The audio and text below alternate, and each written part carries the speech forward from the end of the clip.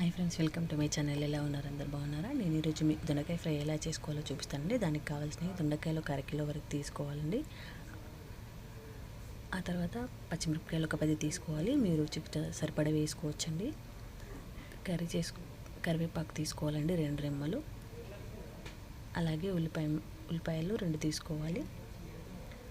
దాని తర్వాత మనం కర్రీ చేసుకోవడానికి దొండకాయ ముక్కల్ని ఇలా చిన్నగా కట్ చేసుకోవాలండి. ఆ తర్వాత స్టవ్ వెలిగించి దానిపైన కడాయి పెట్టి 3 చెంచాల వరకు ఆయిల్ వేసుకోవాలండి. ఆయిల్ వేడైన తర్వాత దాంట్లో పచ్చిమిర్చి ముక్కలు వేసి వేయించుకోవాలి. పచ్చిమిర్చి ముక్కలు వేగిన తర్వాత ఉల్లిపాయ ముక్కలు వేయాలండి. ఉల్లిపాయ ముక్కలు వేసి వేయించుకోవాలి. 2 వేగిన తర్వాత దాంట్లోకి మనం దొండకాయ ముక్కలు వేసుకోవాలండి. కట్ చేసిన దొండకాయ ముక్కలు వేసుకొని బాగా కలుపుకోవాలి. ఇలా కలుపుతూ ఉండాలండి. కలుపుతూ వేయించాలి దొండకాయ ముక్కల్ని. అలాగే కొంచెం ఉప్పు వేసుకోవాలి దొండకాయలు వేయించడానికి. దొండకాయ ముక్కలు చాలాసేపు వరకు వేయించాలండి. చాలాసేపు వరకు వేయిస్తే ఇలా వస్తుందండి. ఇలా వచ్చిన తర్వాత దీంట్లోకి పసుపు, అల్లం వెల్లుల్లి పేస్ట్ వేసుకోవాలి.